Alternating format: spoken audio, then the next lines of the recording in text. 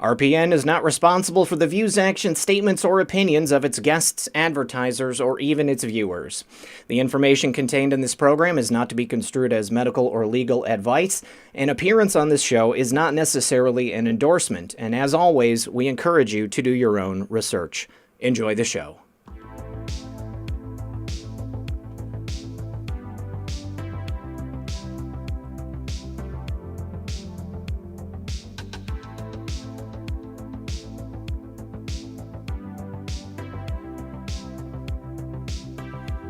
Good afternoon and good evening, Patriots.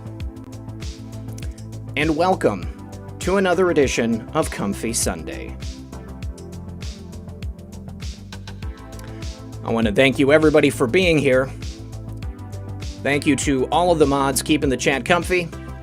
I see Wheezy Girl, Neon Revolt, Real Red Pill Girlfriend, Leslie Berger, Hog. Thank you to everybody who's here. And thank you also to those who cannot join us live and are watching this later on this evening.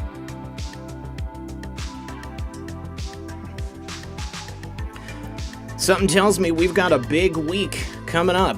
Big 2 weeks. We're going to be talking about that in the first hour.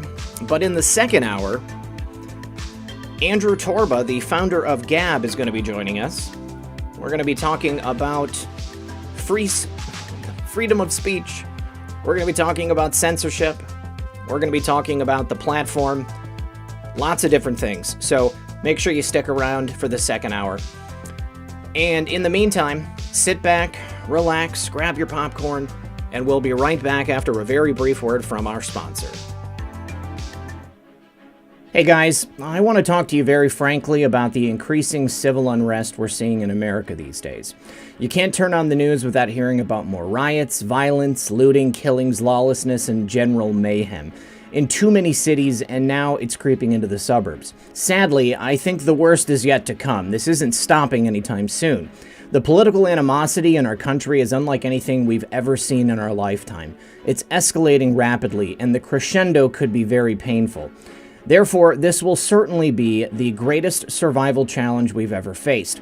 Don't feel bad if it seems that you're almost powerless to stop it. We're all in the same boat, and a lot of people feel that way. However, I want to focus your attention on what you can do to survive. Priority number one in times like this is to make sure you have enough food to eat. If and when the system falls apart, you're going to need it. And I'm not trying to scare you, I just want to prepare you. You see, those who know what's coming are using today to protect themselves and their loved ones from the uncertain future we all face. I know you're not willing to be a victim, but these days, anything can go wrong at any time. And that's why self-reliance and emergency preparedness are vital requirements, no matter who you are. If you know me, you know I fully endorse my Patriot Supply. They are the only source I personally use and trust to get through the tough times ahead, and you should too. Right now, you can save $100 on a full 4-week supply of delicious, nutritious meals your whole family will love. My Patriot Supply makes it easy to be prepared at all times, and saving $100 off a full 4-week supply of food is just too good a deal to pass up. The future is so uncertain. I urge you to go to preparewithredpill78.com and get ready now. Once again, that's preparewithredpill78.com. Do it now. Tomorrow might be too late. And remember, when you support my sponsors, you support this channel. Welcome back to the show, guys. Thank you for being here. I see that we are yet again having issues with the stream on YouTube's end. If you guys have the ability to watch this on a desktop or on a television, then you're probably going to have better luck. If you're on mobile, then I would urge you to maybe pause it, leave it for a minute, and then rewind it or, come back. Basically, let it buffer up. But I can tell you there's nothing wrong with the stream on our end. This is clearly some interference that we're having from the powers that be because we talk about things that they don't want us to talk about. But Methods, how are you this evening? And I'm doing good, having a fun weekend, keeping up with everything, get plenty of posts going on, so never a dull moment there. Yeah. But yeah, I'm excited to be here for another comfy Sunday, and I hope everybody in the chat's doing well. How are you, Red Pill? I'm doing okay. I mean, I'm a little annoyed that they continue to screw with the stream going out, but I mean, it is what it is, and I suppose that it's nothing surprising at this point. Somebody says buffering on PC as well. Great. Okay. Well, like I said, if you can just allow it to maybe pause it and then come back after a minute, then that should probably help. I mean, I've even dropped down the quality of the information that I'm putting out, the quality of the stream. And if it's still doing that, then there's just nothing else that we can do on our end to make it any better. But I appreciate everybody sticking through it and being here regardless. Now, if you could please consider liking and sharing the stream, because I've also noticed that the last couple of days, in addition to the hanky-panky with the signal, they're not sending out the notifications to people in the same way that they generally do. So if you can help us out by liking the stream, sharing it, helping us get it out there, get as many people here as possible, because we have a very important guest in the second hour. Andrew Torba from Gab is going to be here. There's a lot of big stuff coming from Gab, and if you guys are not on Gab yet, I urge you, go ahead and get over there. It's a great platform. It is a free speech platform, and it was there way before Parler ever showed up. So I encourage you to do that. Now, before we get into the posts and get into the news, I have a couple of thank yous I need to send out. So there is a particular island patriot who sent me some flyers and some maps of the U.S. Virgin Islands. So thank you very, very much. Also, Jesus Take the Wheel sent me a cue, an American flag cue, and I forgot it downstairs. So I'm sure I'll have to take a break at some point, and I'll go grab it then. Then also, Shelly Q sent me this DJT Punisher bottle opener right here. It's pretty sweet, man. It looks like it was like laser cut out of steel, and then they powder coated the paint, and that's pretty awesome. And then I got some cards and some letters from Yoko, from Sharon, from Sherry, from Andrew, and from Mary. So thank you all for the donations that you sent. I appreciate your birthday wishes, and I appreciate you guys supporting the show. So let's move on to the posts here. We had some... Go ahead. Before we do that, Red Pill, we need to ask everybody to say a little prayer and also be excited about it for our buddy, quite frankly. Oh, that's right. Yeah, because he just tweeted out maybe an hour or two ago that, quite frankly, 2.0, the baby, is on her way, correct? Yeah, it's a little girl that's coming. Yes. And so that's apparently happening right now. So let's go ahead and say a quick prayer to yourselves and all that. Make sure everything goes smooth and all that. That's exciting times, man. He's going to be a great father. Yes, absolutely, totally agree with you there. Frank is a great guy. He is going to be an excellent role model for that baby, whether or not it's a boy or a girl. Looking forward to seeing that bundle of joy in his arms and in his wife's arms on Twitter. Also, I there's another patriot that sent me something, and I wanted to just let people know their website. I believe it's bleorden.com. Shoot, that's not it. I need to, Real Red Pill Girlfriend, honey, can you tell me the name of that website again? I thought that I had it memorized, but I don't. But she made me some custom Red Pill 78 masks, and it's made out of like underwear material, so it's very breathable, very light, and she sent me a whole bunch of them with a bunch of different logos. And I just want to make sure that I get that website out there for people. She makes custom bathing suits, custom underwear, and there's just a whole bunch of different really cool ones. And so, Mom, I've got a couple of these for you, and obviously, Red Pill Girlfriend, a couple for her. I don't think I can get my daughter to wear these, but these are pretty sweet. So ask me about Red Pill 78 when I'm out on the town. And we'll see if anybody recognizes them. If you recognize them, then maybe it's me wearing them. But I don't think anybody in my town is watching me, to be quite honest with you. So, yes, no skid marks, me and Richard. These are all fresh and unused underwear, I guess. It's just the material. As soon as you had to add that little part about it, I was like, yeah, the chat's going to have some fun. Well, I mean, it's like I said it because it's, they're mesh. It's like there's nothing on your face, and it's an excellent option if you have to wear a mask someplace.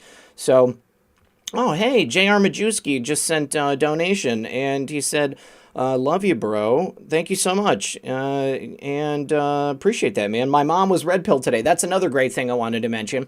JR's mom was the last person in his family who was not on the Trump train, and he successfully red pilled her today. Put it out on Twitter. I retweeted it and shared it earlier. So good job, JR. That's awesome. And I guess I'm going to get to meet her on the 29th when we go do that live stream for the debate, if it happens. All right, so I guess now we can talk about these posts. There have been a whole lot of posts in the last 24 hours. And the one that I wanted to call attention to first is we had Anon, not our favorite Anon, posted these sets of James Comey treason. There were five in a row, James Comey treason, and multiple sets of them. And then the other one was 4 sets of 4 of John Brennan treason. Now, I think there was definitely a lot of people who saw these, and they thought that our favorite Anon was the person who actually wrote this. So telling us that, this is going to happen. I think that, that was the intent. I mean, clearly, this is what we've been waiting for. This is the look that we want on these guys. But it was not our favorite Anon who actually wrote it out. They just shared the post. But I think that the intention was the same. We're going to be looking for this to happen, and we're kind of gotten some confirmation about that in a later post. Now, the next couple of posts were in regards to the fires that are taking place in Oregon. There are firsthand witness accounts of people getting caught, the police catching people. There was a video of a sheriff's deputy in some place there. I don't know if it was Clackamas County or another place, but he was talking about the individuals that are behind these fires. And it's pretty clear that they're from, this anti-fascist group that we've talked about on a number of occasions. So we have a couple of posts in regards to that, a couple of firsthand witness accounts. And then we get into this information. It was an article by Fox News about where the money is coming from Joe Biden's campaign. Now, we know it's going through Act Blue, but apparently half of that money is coming from untraceable, unemployed donors. So not likely that people who are unemployed are actually going to have the disposable income to donate to Joe Biden's account. I mean, this is clearly some type of money laundering operation. And, it's anybody's guess where this money is coming from. Probably pretty likely that it's coming from foreign donors who don't have any business getting involved in our electoral process. But, what do you think, Methods? Well, we knew how bad the DNC was doing for money. And we know that a lot of people wouldn't donate to a Biden or anybody else that they had going on, especially like Bernie, if he had won, the nomination. So they would have to create this kind of situation that they would allow for money to show up with no real questions asked, no real paper trails going on, because they have to be able to fund doing all the stuff they're doing. And I'm sure that they're also probably paying off a lot of people through this money to keep up the hoax that is Joe Biden being, a reputable candidate in the election. Right. And they might also be paying for his, his Alzheimer's medication with that too. But I digress on that. To me, we knew that they had to do this as soon as the George Floyd thing happened. All the donations started flowing through. And then we see Act Blue being shared everywhere, we're going to facilitate all these donations to help out. Mm-hmm. And we talked about it before, like Black Lives Matters. Like, have we ever seen like a press conference or reports of stuff of any of this money being used to make Black lives better? No. All this money coming in to support, and I'm not even talking about the GoFundMe for his family. I'm talking about the actual donations to BLM. Where did that money go, really? And I believe that was helping them, pay off people, put money in their own pockets, set themselves up, and probably get people like a gold. What was that guy's name from the Atlantic that wrote that article? Oh, I can't remember his name. Goldman, something like that. Something along those lines. Right. But that's how I would imagine where that money would go. You're paying off people. Where are you getting this money if you've already been losing so much because your old games can't really go through? They didn't get that STEM package to go through yet, where they wanted all that pork in it for extra money. Mm-hmm. So maybe all these donations are helping to cover those kind of things. Well, yeah, I mean, once that money gets into ActBlue's hands, they can donate a portion of it directly to the Biden campaign, and then they can use the rest of it however they want. I mean, if they want to pay off people to write articles that are favorable to Biden, if they want to pay off people to dig up dirt on their opposition candidate, like they did with Christopher Steele in the last election, I mean, the possibilities are endless, quite literally. So in the next post, it is a repost of 4570. And we've got a picture of Weinstein, Epstein, and METHYLENE. And it says, attempts to normalize will fail. Who will be next? So I think pointing to the idea that we're probably going to see somebody else going down for this very soon. Who and when, I have no idea. But, oh, there it is, bleorden.com, and it's with an E-N. So, I mean, it's just a matter of time before we have additional people getting arrested for this. And why is it? Oh, I spelled it wrong.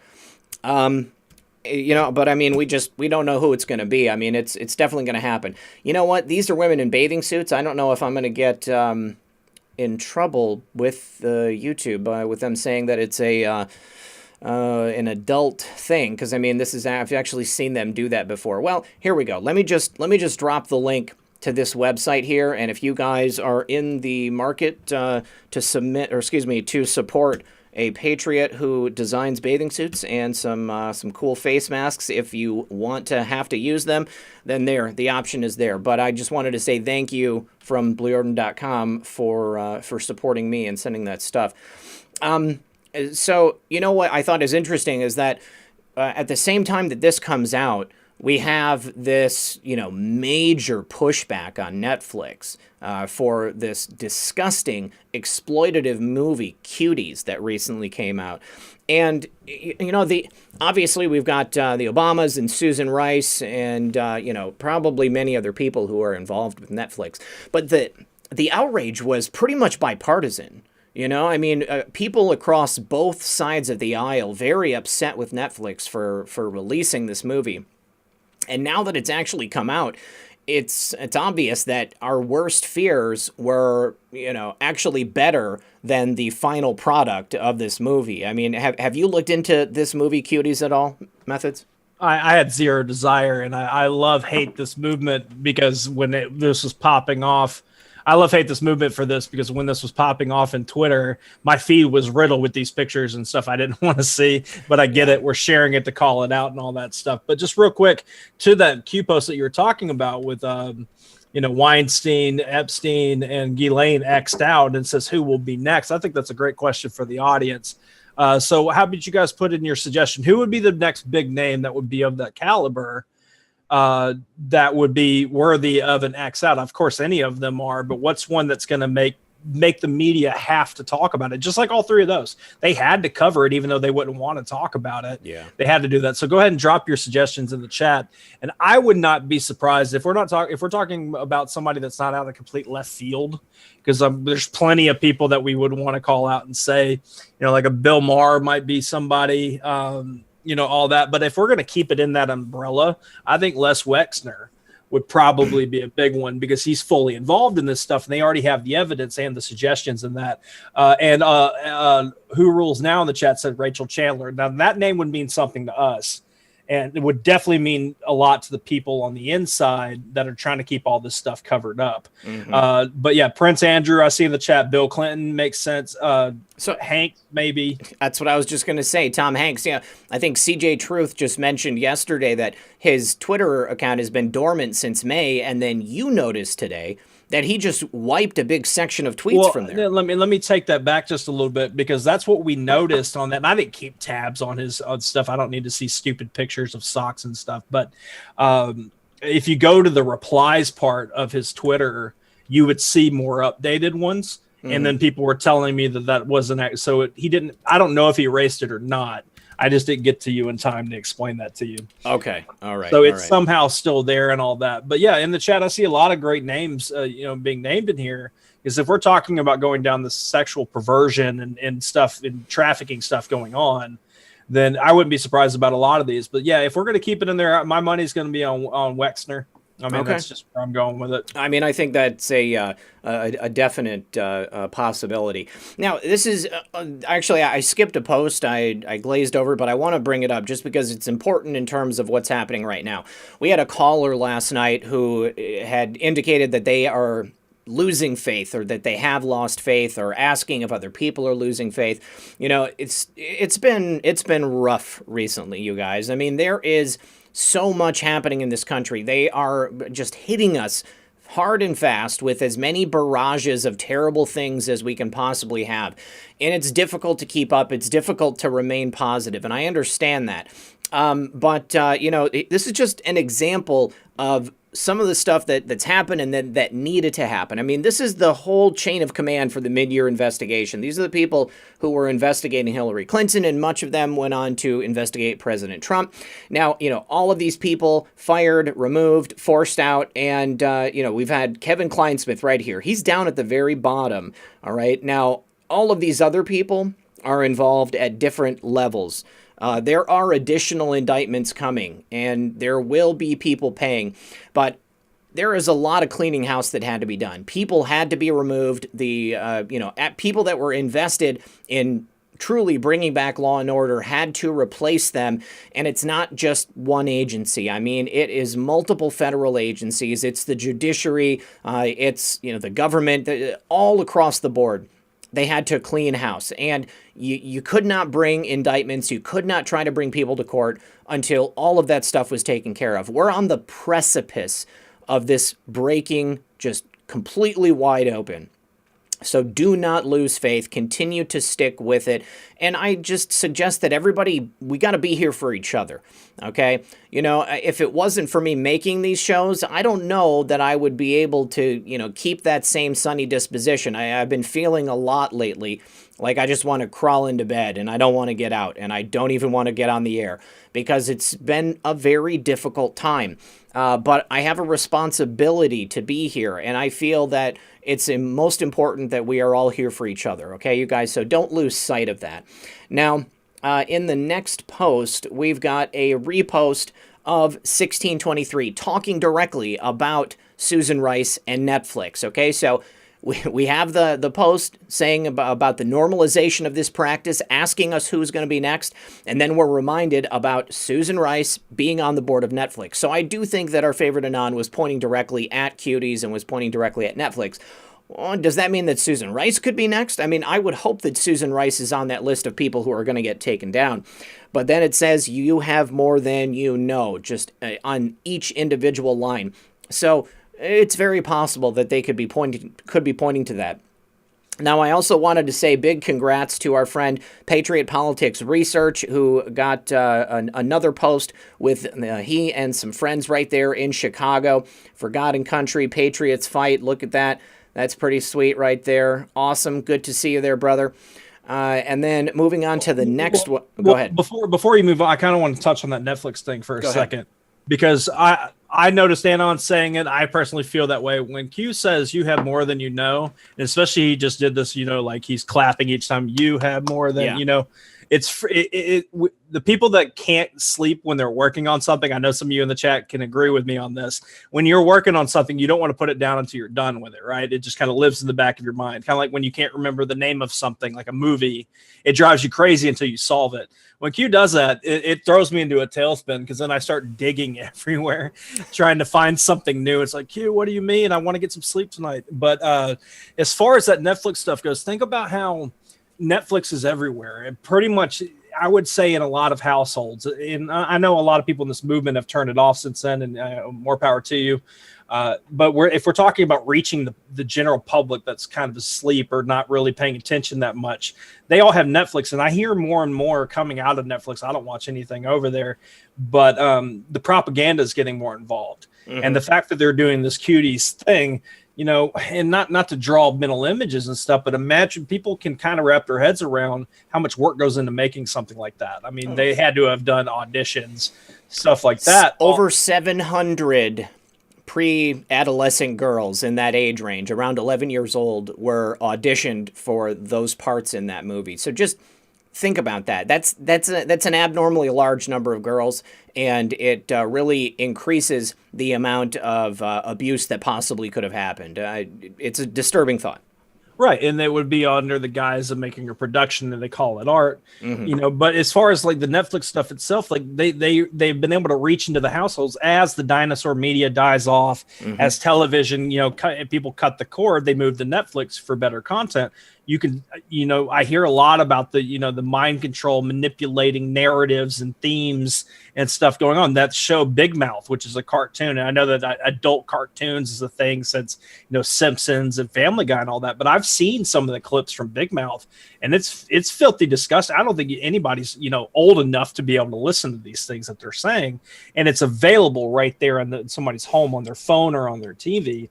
So I'm not surprised that Obama went straight over there after being president to be involved in that kind of thing, because this whole idea since Trump became president, and she did lose when they didn't think she would, is how do we control the masses through narrative and manipulation? And they cranked it up to 11. Yeah. And so as people wake up, they really wake up, because they're like, wow, it's that bad. And when you can accept that it's that bad, then it helps you kind of see everything that went on in your past, right? Like Absolutely. What they were putting out in front of us. You're like, oh, they were slowly doing that, in the 80s and the 90s and stuff. And then now we're at this filth.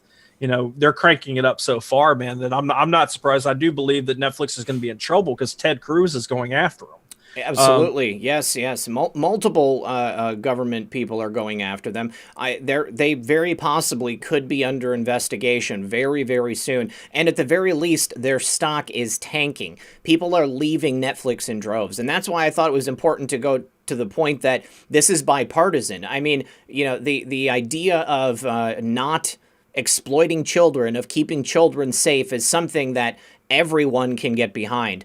And I think that this has been a very eye-opening experience for a lot of people who maybe did not want to go there, who didn't want to accept that this is truly something that's become institutionalized. And with Netflix working overtime to normalize this and put it out there, it's just too much for people. I mean, you look at that slow burn of the propaganda that's been put out and, trying to shape people's minds and saying, okay, you can accept this, you can accept this, you can accept this, but now they've gone a bridge too far and people are not accepting it. Now, it doesn't mean I haven't seen people who do accept it, and there were people who were lauding it. If you look at the Rotten Tomato scores, they have like a 90% positive rating from critics and like a 0% positive from the audience. So, universally, the only people that are enjoying that filth are the people who you would expect to enjoy that filth, or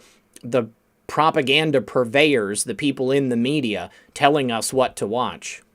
Yeah, and one of the talking points from those people that are trying to justify, to me, the unjustifiable, was it's QAnon's fault, and they call us as a whole QAnon for making this even a problem. You should actually watch it. They were endorsing watching it to make the decision for yourself. So watch this child pornography-esque show to make a decision for yourself on if it's bad or not. And, we don't really want people to be, have to succumb and watch those things at all. That's why we like to report on it, so people don't necessarily have to see these things. And the fact that the argument was, well, it's QAnon that's against it, and that they're crazy, so they try to poison the well with talking about us.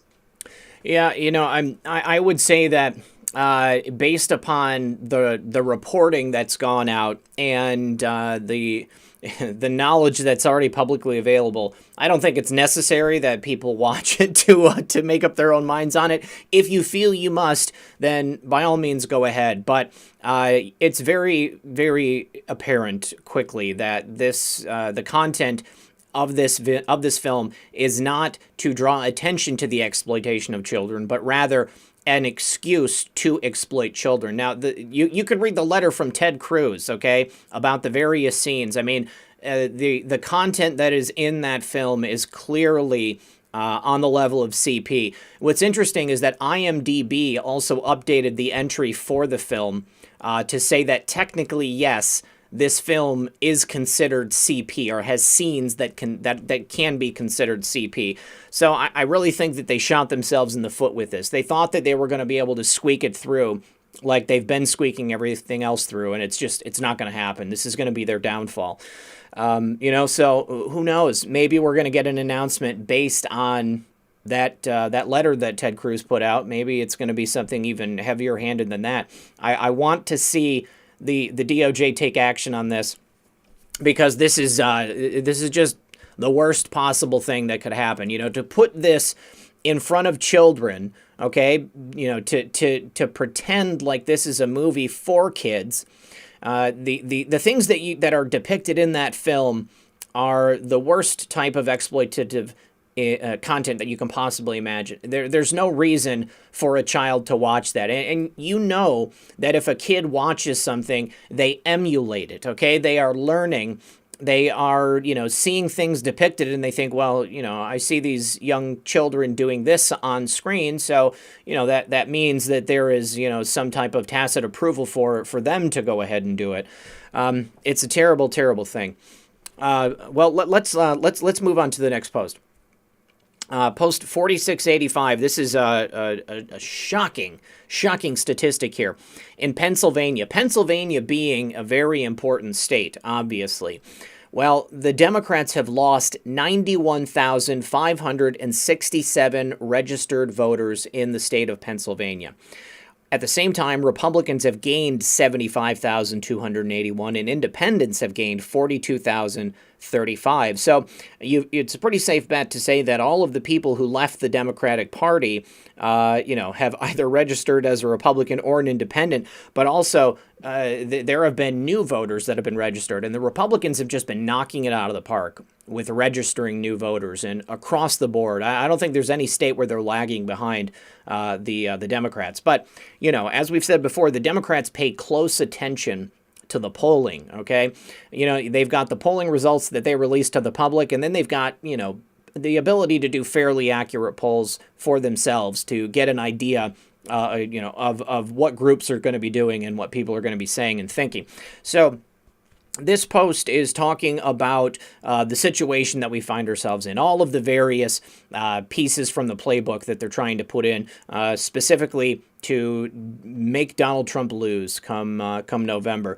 But it starts off, MSDNC Con, the country is divided, and Dementia Joe, currently taking early-stage dementia medication, is leading across the board. Obviously, he's not. This is a con job. This is the propaganda. They want to put this into your mind. They want to make you believe Joe is leading. They want to make you believe Joe is the only solution to bring our country back together and stop all of this lawlessness and chaos that you see right now. And can I just say that I love that President Trump is calling him out for being on medication methods. He said it in several different interviews, and I think we have the confirmation with Joe Biden having that IV mark, or what appears to be an IV mark on his hand. Yeah, we all kind of suspected it. We've been calling it out, or at least memeing and joking about him probably being on it. But hearing it out of the president's mouth specifically, because that goes everywhere. Yeah, he said, because then the media has to say, oh, well, Trump is accusing him of accusing Biden of being on drugs. Well, that's still putting it out there in the consciousness. And then they see Biden keep gaffing, and they're like, well, maybe. Or if you had like a relative who went through this stuff. I had a grandfather that passed away years back who went through Alzheimer's, and I watched the mental decline happen in real time. Yeah. And to watch him it reminds me so much of how Biden's acting. Because he says things, and my grandfather would say stuff to you, and he would legitimately believe it. And then say it, it would kind of be gibberish in itself, and then look at you like, okay, I just spoke perfectly. It made complete sense in my head. Why are you acting like I'm saying weird stuff? Right. And to watch that go on, this whole campaign for Biden reminds me of watching that decline happen with my grandfather. And so, yeah, I'm convinced 110% he's going through Alzheimer's or something of that nature. There has also been a series of anonymous posts that were allegedly released by a former aide to the Biden campaign, and I believe it was out of Pennsylvania. And they confirm in those posts that, yes, in fact, he is taking a specific medication. I had it written down. I don't have it in front of me. Now, again, it's an anonymous post. We don't know it. But everything that's stated in this post really rings true. And the person claims to be a former Bernie supporter who then just joined the Biden campaign because they felt it was their duty to do everything possible to make sure President Trump doesn't win again. But, I believe that the Biden campaign, I believe even these people starting the fires and the chaos in all these different cities, I think they know that President Trump is going to win again. And everything that they're doing, it's just kind of a last-ditch effort. But obviously the media has their part to play, and they need to try to, impose their propaganda narrative on you. Now, it continues, how do you amplify a desired theme and narrative? MSDNC controls what you see, digital echo. Twitter, Facebook, Google control what you see and what trends. It's also a digital echo. Hollywood, stars swarm to enforce trend echo. And then the anti-fascists swarm to enforce non-digital echo. Rage and emotion follow by those indoctrinated. That is echo-controlled. Define indoctrinate: to often repeat an idea or belief to someone in order to persuade them to accept it. I mean, that's clearly what's been happening since before President Trump came into office, but we've watched the evolution of them repeating that over and over again. I'm immediately reminded of, all of those montages that you see of various anchors and talking heads on these fake news channels just saying the exact same thing over and over again. Is this the beginning of the end of the Trump administration? That kind of stuff. I totally agree. And I guess we probably need to get into rapid fire style on these Q posts. Yeah. Like you said before the show, I'll just tell the audience full disclosure. I'm like, man, we need to have some more stuff to talk about tonight. No. Like, yeah, you're surprised how long it takes to go through Q posts. Well, here we are. So let's do a little bonus rapid fire round. Yeah. I don't need to do any more on this, but it goes into it. Now, this next post, first one, or from this morning, 4686, this is the one that excited me the most. Equal justice under the law as written, transparency, disclosure, and accountability, justice is the only way forward. Future of our republic at stake, Watergate times 1,000, September 14th through 18th, and 21st through 25th. Track and follow events. Did Kevin set his alarm? This is directly pointing to Kevin Cork's tweet the other day where he basically said, wake me up when the indictments come. And the September 14th is tomorrow. So that's next week and the week after. So, again, we love, hoping that these things are going to happen. But I feel like our favorite Anon has not said specifically, has not ever pointed at a date and time so specifically as this. Usually it's people like me or you guys trying to determine, what those dates and those times for release of information might be. But this is very specifically telling us that this week, starting tomorrow, and then the week after that, is going to be something big. I really honestly do believe that we're going to see some major actions taking place. Methods, what do you think? Right. All I want to tell the audience on this stuff, because we've been through this before where we kind of assume a date's going to mean something and then it passes and then nothing happened. And then we have everybody, or not everybody, but a lot of people get discouraged. Mm-hmm. Look at it because it says track and follow events as far as these 2 weeks are concerned. I think we're going to have major pieces happen that are going to play into other stuff. At the very least, set your bar mentally into we're going to have major revelations released to the public. Because even I know a lot of people don't like Lindsey Graham, but he said, wait till you hear about, something coming out in the next 10 or 12 days. Mm-hmm. Well, that would fit in that time frame. So there's going to be something, maybe it's something that then can be used to free Flynn entirely from this mess going on with him. Yeah. And that would be big in my eyes. Of course, everybody jumped to indictments real quick, mm-hmm. and we would love that. But if it's not that, don't immediately be disappointed. Think about what pieces come out. Now, if nothing happens over the next 2 weeks, go nuts, have fun, get angry. Yeah. I'll probably be frustrated a little bit too. But yeah, I'm just saying set the bar at major revelations coming out. And if it's anything past that, then we'll just celebrate even more. Absolutely. Yeah, great way to say it. All right, so then it continues on with a Twitter status from Joe Biden, basically talking about the virus and the election and everything that's going to be coming out. Now, we have a next post, 4688, asking us a series of questions.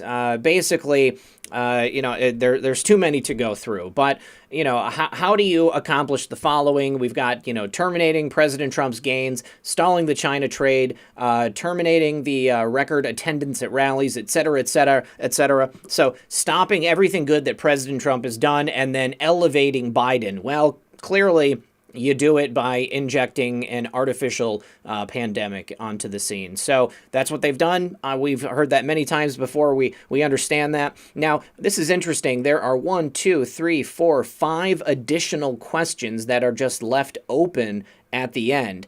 And, I have no idea what those could be. I mean, there's any number of things they could be. But the next post is a YouTube video showing a meeting of the Board of Commissioners for Clackamas County.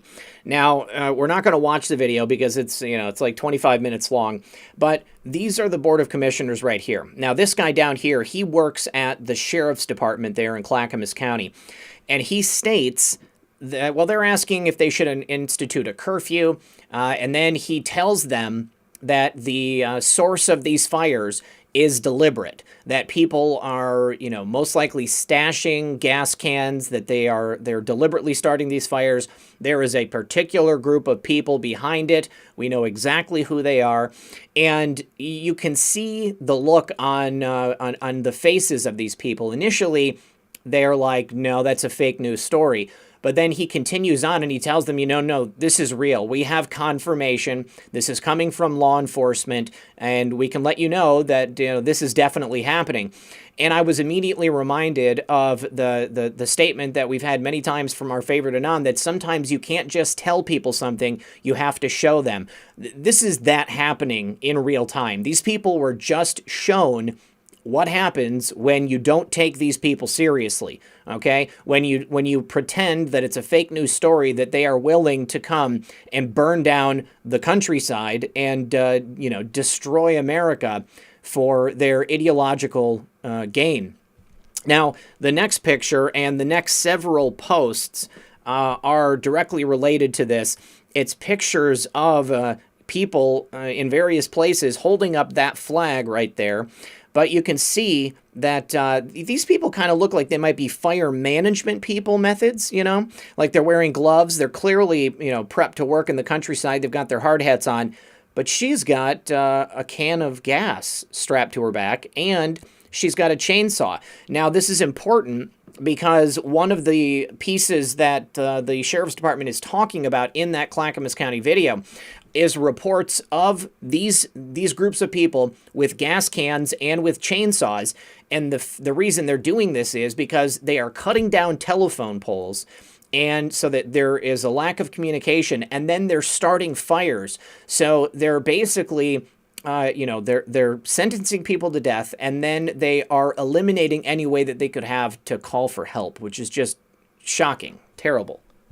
Right, because they said in the video of the commissioners that they were planning or hearing about people wanting to use chainsaws to take down telephone poles to start fires. So you've got a picture right here of 3 people that are holding a flag for the anti-fascists. Mm-hmm. And you've got the chainsaw and the gasoline, and whether the gasoline was used to set the fire or the gas is for the chainsaw, it's still the end game is to cause havoc and set fires. Yes. And take down power and all that stuff. And so, yeah, we're at that point now where they're going full blown in the streets. And then in the next post, we have 2 different sets of 4. So 8 people who have been arrested in recent days for arson in the Pacific Northwest. And then we have this really interesting photo. And this is not something new, but it is interesting in light of the current events taking place. We have these units of anti-fascist people training in the Middle East, in Syria, fighting alongside soldiers for various forces. Now, Methods, you found a really compelling document which was released by the U.S. government. What agency was that released by? You talking about the Homeland Security one? Okay, yeah, DHS. It was DHS, okay. Yeah, so basically, to keep this real short, and if you'll just drop that link in the chat for everybody, you can read later.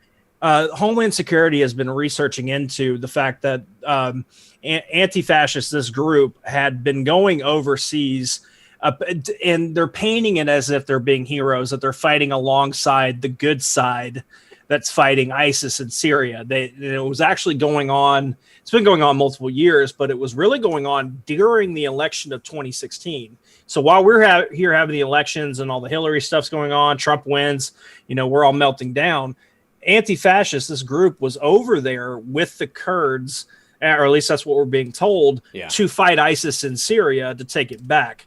But this report here that he's sharing here in the chat is talking about how these people that are coming back from helping out allegedly are coming back over here, and the concern is them being radicalized because they get taught the same kind of things because it would still have to do with being Islamic. But all the sides over there don't hold necessarily the Christian faith at all that America does. So they get indoctrinated to do so. Now we can venture along to say more than likely they went over there to train, to come back over here to be insurgents. Mm-hmm. But as far as like what we know that's being said publicly is that they went over there and got radicalized and came back. And the convenience of the timing, I had seen reports, I can't verify it, that some of them are even came back as recently as April this past year. Mm-hmm. And they go over there as civilians. They're not going over there with our military. They're going there as civilians, fighting alongside these people being trained, and then they're coming back here with that mentality. Yes. So this is highly dangerous. And, it's interesting when you think about it in light of President Trump's statement that the Department of Homeland Security and the U.S. government was planning on designating this group as a terrorist organization. This is quite literally also the definition of infiltration instead of invasion. I mean, they went and they trained, they came back to America, and then they helped set up all of these riots in many different cities throughout the United States. And then this is kind of like the second wave attack. Now they're going through these, the western seaboard, and they're starting fires, and they are just causing havoc. I mean, we've had, too many people die already. Now the next couple of posts are just, again, we've got more pictures of the flag, and then these people here in modern day against the same type of group in Germany in the 30s. And then here, I'm sure you'll recognize that black flag right there. Standing directly in front of it is the anti-fascist action flag. And our favorite Anon says to know your enemy. And then we have a post from somebody who would be a military Anon. We've got several patches right there. There's a wizard right there in the front. I like that one. But strength and honor, warrior, we stand at the ready always. And then a redrop of President Trump's tweet. The United States of America will be designated as a terrorist organization. Now, if we want to make predictions about what might be coming in this next week or two, this would be the perfect time for this to actually occur, for that designation to take effect, because it would allow for a much greater response. If we've got an active terror organization destroying America right now, then the government is going to have no choice but to start taking action. And in Oregon there specifically, one of the things they talked about in that Clackamas County Board of Commissioners video was calling the governor and making sure that they know about that. And I believe that's Governor Kate Brown. Now, she's not sympathetic to the use of the National Guard, but this is not something that she's going to be able to continue to, completely avoid if this designation is put into play in the coming days. That would be great. And then in the next post, we've got a list of people. We've got a bunch of names, and then we've got a series of links. Now, one thing that is important to note is that our favorite Anon put the kill box around each of these links. So when you pull up the archive, you're going to have to delete the bracket on the end of the link. But you've got a series of articles of people who have been arrested for a variety of things. This first one, man armed with machete accused of setting 6 wildfires. This was in Glide, Oregon, right there. And it goes on and on. I mean, you've got article after article showing what these people are capable of and the type of terror and destruction that they're willing to wreak upon the American people. Let me get the next one pulled up. Next one is a man accused of lighting 6 fires in and around Ukiah yesterday, arrested this morning. And so it's a familiar theme. They are obviously the ones doing this. Now, what's really interesting, Methods, and we forgot to mention this, was the timing of that video, the clarification by the sheriff's department on who was setting the fires and why.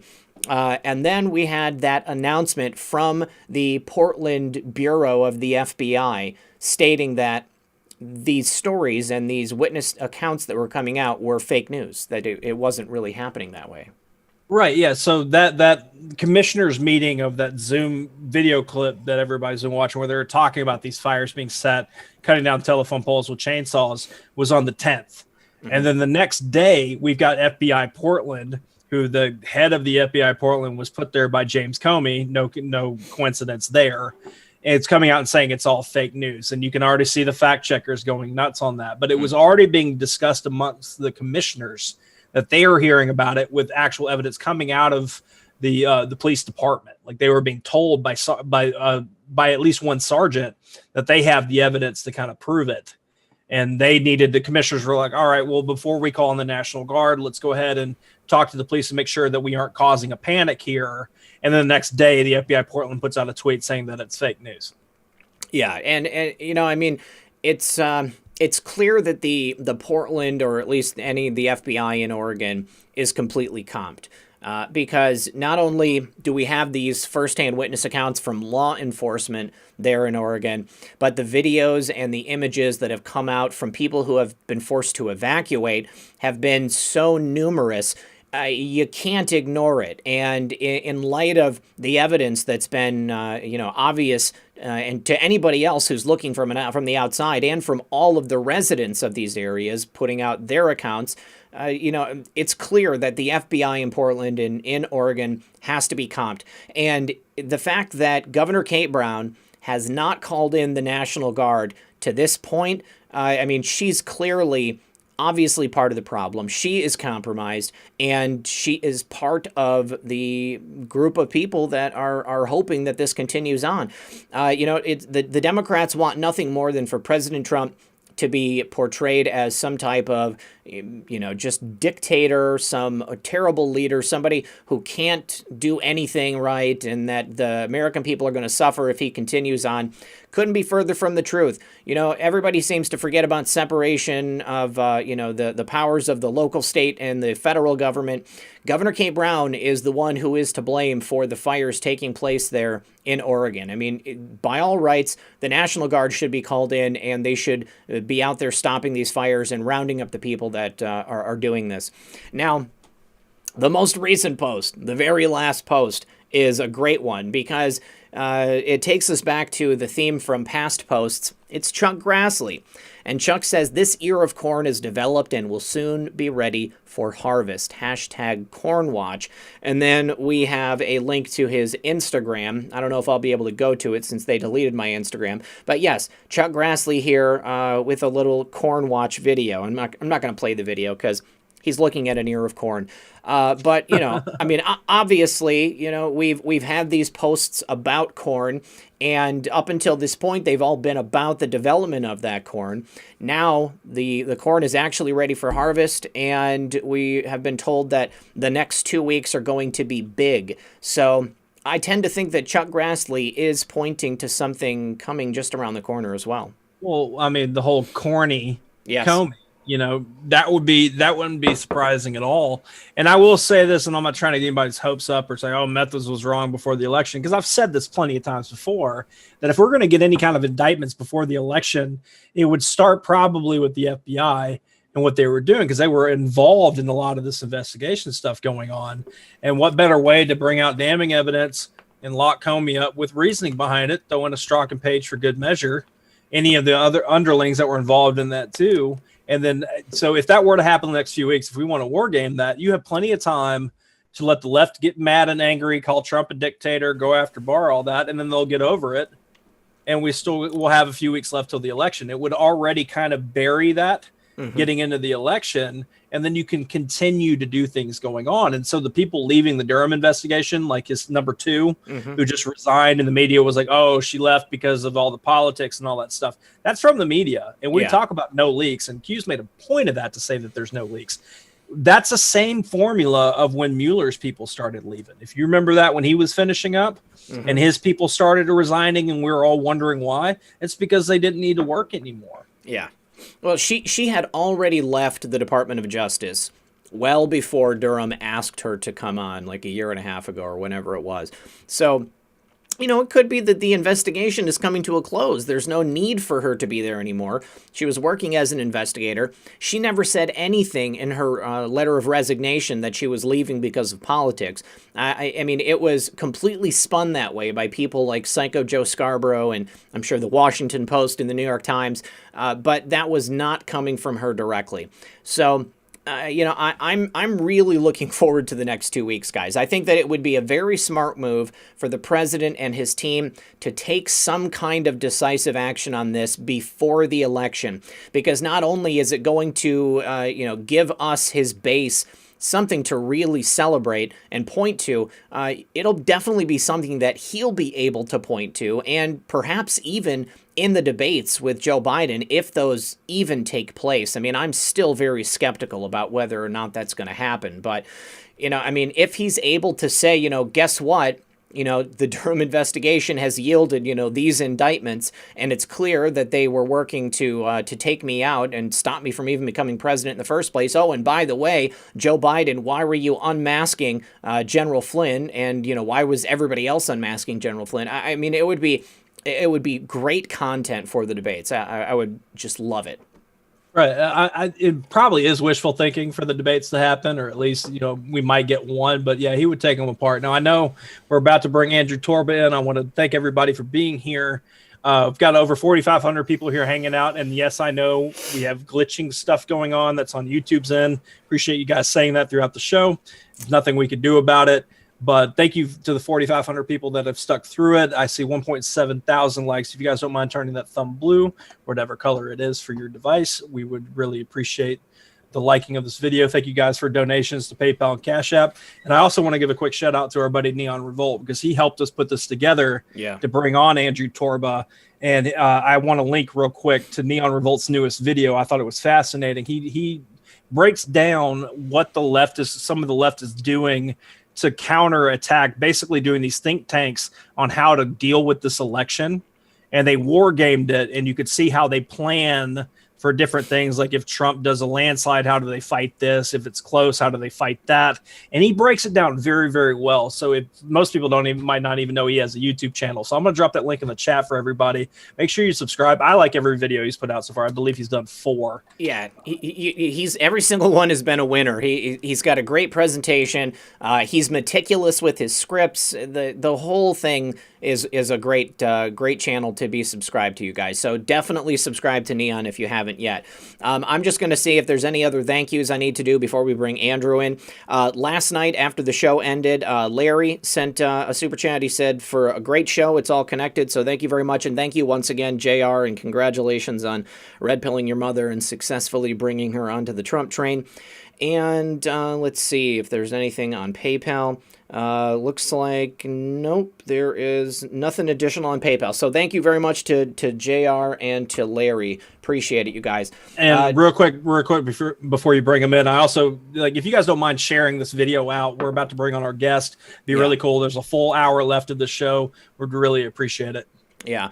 You know, and you know, I just want to ask once again, everybody, just hang in there, okay? I know this is tough. I know that this is trying, but don't forget that that's exactly what they want us to do, is to just get tired and to stop. They want us to quit, and we can't quit, okay? This is nothing less than the reclamation of our country and the securing of our future and for our children's future. If we don't win, if we do not complete this mission, then America is done. President Trump must be reelected for a second term. His administration must be allowed to continue on. You know, he just put out that list of possible Supreme Court justices the other day. think about the possibility of President Trump being able to put an additional, 2 to 4 people on the Supreme Court. I mean, it's going to set the stage for the course of our country for a generation. So it can't be understated. This is the most important election of our time. All right, so we're going to go ahead and I'll bring in Andrew now, and hopefully he is ready. There we go. Andrew, here he comes. Andrew, how's it going? Hey guys, how's it going? Excellent. Glad to have you here, buddy. For anybody who doesn't know, Andrew Torba is now joining the show, the founder of Gab. Andrew, obviously I'm well acquainted with Gab, and I know about the platform. But let's learn a little bit about you. I mean, how did you get involved in creating what is essentially the quintessential free speech platform? Sure. So back in 2016. I was living and working in Silicon Valley, so I was in the belly of the beast. And this had always been my dream from probably the 8th grade. I wanted to be a technology entrepreneur. I wanted to be in Silicon Valley. I wanted to be the next Steve Jobs, right? That was the dream. And when I got out there, I quickly became very disillusioned. It was a totally different world. It was not like anything that I was expecting. So, I started to see the rise of censorship, specifically on Reddit. I was a very active member of the Donald community on Reddit. I think I have 150,000 karma over there, something ridiculous. Nice. So very super active over there, and started to notice the censorship happening there, started to notice the censorship happening on Twitter.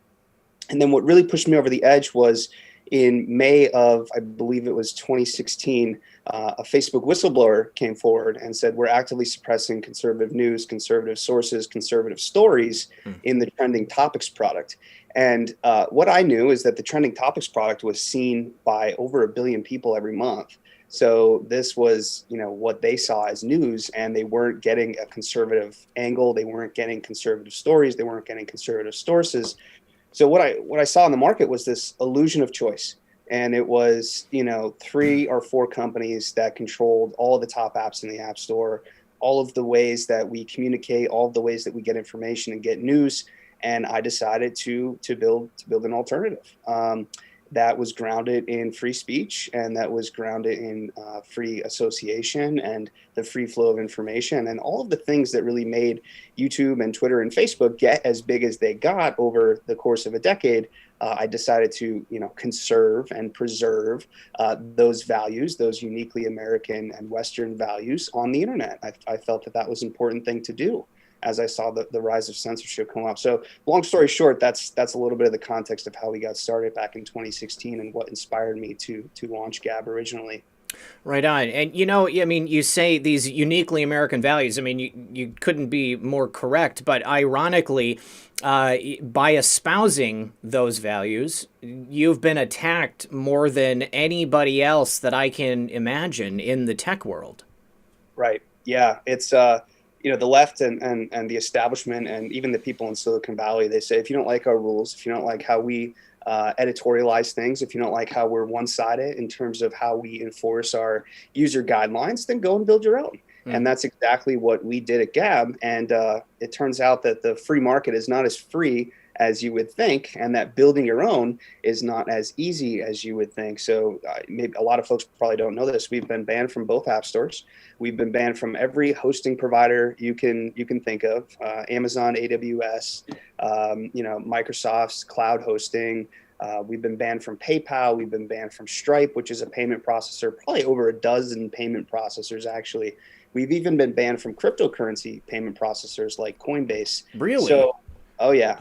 We've been through the ringer. All in all, it's about, I think, 25 or 30 different internet infrastructure services, email services like MailChimp, all those, basic things that you need to run a website, on the internet. And we've had to build it all. And we did. We spent the last 2 years building our own, data center with our own servers, building our own email services, building our own web browser. So a lot of folks, maybe they don't know too much about Gab. They just think it's a Twitter alternative. But we're really, over the past 2 years, we've become the Silicon Valley alternative, where we have a suite of different alternative products that we offer. I just wanted to bring up my Gab profile because my mods are really good about dropping my Gab information in there. I've been a member of Gab since very early on. It was either there it is, November 2016. I joined in November of 2016. So when I first learned that Gab was coming out, I knew. I mean, I could already see the writing on the wall with the way that the censorship was starting to get on Twitter and on Facebook and everywhere else essentially. So I knew that this was going to be the future of social media, especially for people like me. And one of the complaints that they have, Silicon Valley, is that you don't restrict speech at all, which allows people to do and say terrible things. Well, in the real world, people can still say terrible things, but because it's the real world, you don't have to listen to them. You can go ahead and just turn around, and the platform that you've created allows people to do that same thing, but they just can't get over it. And really, I've always thought the reason that they harp on it so much is because you truly are building a better alternative. I mean, I commend you on everything that you've had to do for this site, to make it what it is. Oftentimes people will say in the chat, well, YouTube is suppressing you, YouTube is censoring you, just go build something else. Well, you know what? I'm sorry, but it's not that simple. I mean, you've done it, but I mean, you took over 2 years. I don't know how many engineers it took. How much money. I would imagine it's been quite sizable. Yeah, it's over 4 years we've been on this journey, and I'll tell you, it's not easy. We work very, very long hours, but what we're doing is so important. For the future of our country, for the future of freedom online. And the big misunderstanding that a lot of folks have about Gab is that it's not anarchy. We do have rules. If you look at our terms of service, they're actually pretty similar to Twitter's when Twitter originally launched, which is nothing illegal, no threats of violence. We don't actually don't allow porn, no spamming, no doxing, very basic stuff. A set of basic guidelines that are basically don't break the law, right? And most people have been okay with those rules and those lines in the sand because we can't have people on the platform threatening to kill other people or threatening violence and things of this nature. We don't want that. We don't want criminal activity on the site. We don't want criminal behavior on the site. We don't want criminals on the site. They can stay over on Twitter with all the child pornographers and mass shooters and criminals and God knows what else they have over there. So, we're building a community of great patriots from around the world who believe in free speech, who believe in the free flow of information, and who want to get access to information that they're not going to get anywhere else. They're not going to get it on Facebook. They're not going to get it on Twitter. They're not going to get it on Reddit or really anywhere else on the internet. So we are the home of free speech, and that's not changing anytime soon. Absolutely. Now, you mentioned that, people who don't know about Gab, they might think it's just a clone of Twitter. I mean, let's talk about some of the things you can do on Gab, the features, and then, things that you've got down the pipeline. Sure. So, when we first launched, it was like a Twitter alternative, right? But really, the company and the community and our suite of products has evolved tremendously. And like I said, we've really become the Silicon Valley alternative. So we have Gab Social, which is the social network. And what we've done with that is really take our, what we see as the best features of really every major platform and, bake them into something new and something original and something that is superior to what those platforms have. So, our comment system is very familiar and very similar to Facebook's. The way that you follow people and mention them and use hashtags is very similar to an Instagram or to a Twitter. But then we also have groups, Gab Groups, which is one of our most popular and most powerful features, which is similar to either Facebook groups or Reddit subreddits.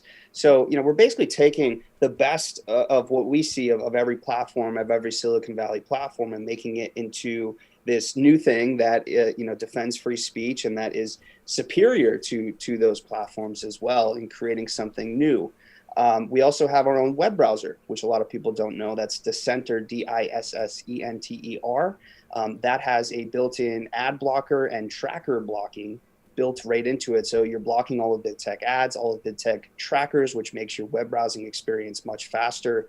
We also have Dissenter, our comment section of the internet that is baked right into that web browser. So if you're on CNN, which doesn't have a comment section, you can now leave comments on any article, and you can see what other people are leaving as far as comments on those articles. And there's nothing that CNN can do to stop that. It's basically a layer over the top of the entire internet that, you know, adds a comment section on top of every URL across the internet. So which is brilliant, by the way. Just I think that's so awesome. It's really fun. Yes. So we have about over 1 million people just using our web browser. And we have 5 million people really in our ecosystem across all of our various products. So about 1 million people are using the web browser. About 1.3 million people are on Gab Social. We have Gab Trends, which is basically our people-powered news aggregator. So it started out as an alternative to the Drudge Report, and it's powered by the users who are commenting using Dissenter. As they're commenting on news across the web throughout the day and upvoting it and leaving remarks on different news articles, it starts to trend. So it's powered by people, millions of people, as opposed to one person sitting there and picking what the news is and what isn't. So truly organic. Yeah, exactly. So we have about 3 million people that are going there every month just to get their news and to discover things that, again, they're not seeing anywhere else. We're about to launch Gab TV, which is our YouTube alternative, which I'm really excited about. That'll be coming out hopefully this week if all goes according to plan. We're in the final process of deploying that and doing the final testing on that. And we have some other things up our sleeve over the next 6 months or so. One of the things that we built is a Facebook marketplace or a Craigslist alternative called Gab Market. And we're going to be baking that directly into the Gab social experience. So really, again, it's not just a Twitter alternative anymore. We're building a whole suite of products that really replaces all of the products that Silicon Valley has control over, so that we give power back to the people and protect free speech online and the free flow of information online. Good stuff. Go ahead, Methods. Yeah, when I heard that you were doing a Gab video type thing, my ears perked up. And then I had other people telling me that they were hearing the same thing. Because one thing, and Red Pill can attest to this completely, ever since YouTube started really censoring this movement and any kind of flow of information that we've been working on the last few years, like you said, why don't you just create your own platform? Why don't we have something that doesn't censor us at all? And then when I hear Gab is going to do it, that's when I'm like, okay, that's something that I want to look into, because as content creators and stuff, that as we make stuff, we want people to be able to see it, and we don't want to have it deplatformed just because of what we're talking about. Right. And especially when our intentions are pure, we're wanting to give people information and have them think for themselves. And obviously they can't have us thinking for ourselves, so they deplatform everybody. Mm-hmm. So I first off, I was really hoping that you would be the one to do this, because Gab, we need to have that. Because I'll say this, I have no problem saying this at all, and the chat can hate me for it. I hate Parler. I think it's a mess. I'm not going to ask you to sit here and dog your competition or whatever you want to call it, but I just think it doesn't function nearly as well as what Gab does. And then when you're adding in doing, being able to upload videos, that gives us an opportunity to not be under the thumb of a Google or a Twitter. We can do what we want to do. And yeah, it'll take a while to build up audiences and get people to come over there, but that's worth it to not have it looming over our heads that any moment our work can be brought down. Mm-hmm. So what I will say is that I'm glad that alternatives exist. There's a bunch of other alternatives besides Gab. There's more popping up every day.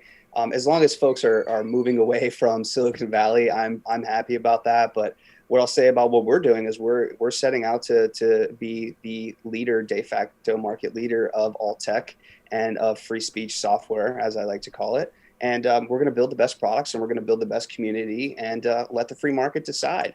And as far as the recent bannings of our favorite or none, we have seen tremendous growth from that community. We've seen probably between 7,000 and 10,000 new users signing up per week, and we don't do any advertising or we don't do anything paid at all. It's all word of mouth. It's all people just telling their friends or telling their family, or seeing and discovering us from a Facebook post from someone on Facebook. So all of our growth has really been just tremendously organic and really word of mouth, which goes a long way, because if you have, say, your wife tells you about this website, or one of your best friends, or a close family member, you're more likely to take it very seriously, and you're more likely to stick around if you have that connection there. So that's really good to see, and I think this is not going to stop. I like to say, people always ask, like, what is your biggest source of growth for Gab? And I say it's unforced errors from Silicon Valley. All I have to do is wait.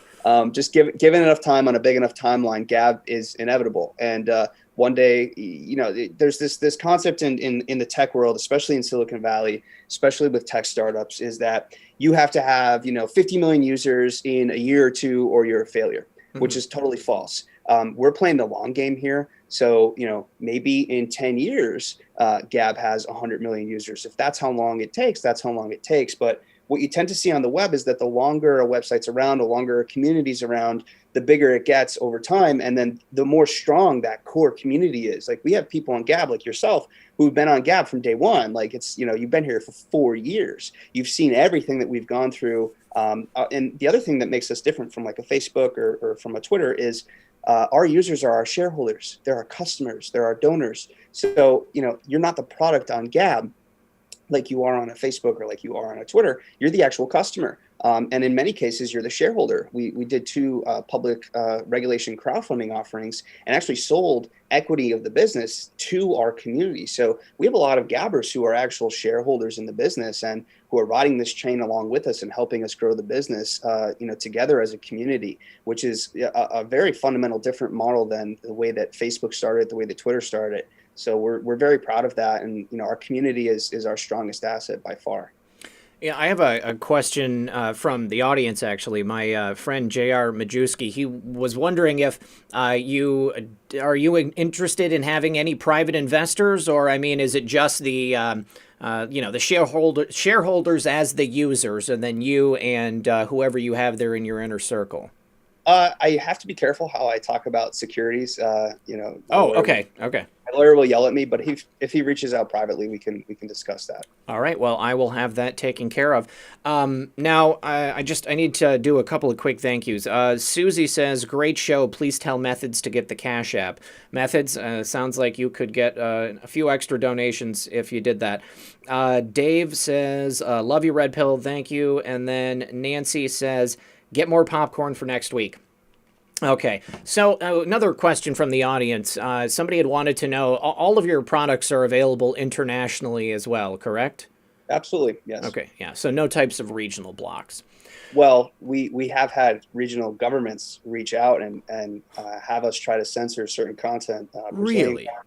Oh, yeah, Brazilian government, UK government, German government, a bunch of different governments that have reached out. And unless it's something where it's someone who's making threats of violence, or it's an emergency situation where someone is about to commit a crime or something like that, we turn down any hate speech related removal requests or data requests, which we're really proud of as well, because other platforms do not do that. They do comply. Now, we were talking earlier about the troubles that Gab as a platform has been through, but, I mean, they've also come for you and your family, correct? Oh, yeah. Oh, yes, yeah. Absolutely. Yeah. So this is an interesting one. The FBI showed up at my parents' home, and apparently there was an ISIS threat on their home. They had to shut down the local elementary school, which is pretty close to my parents' home.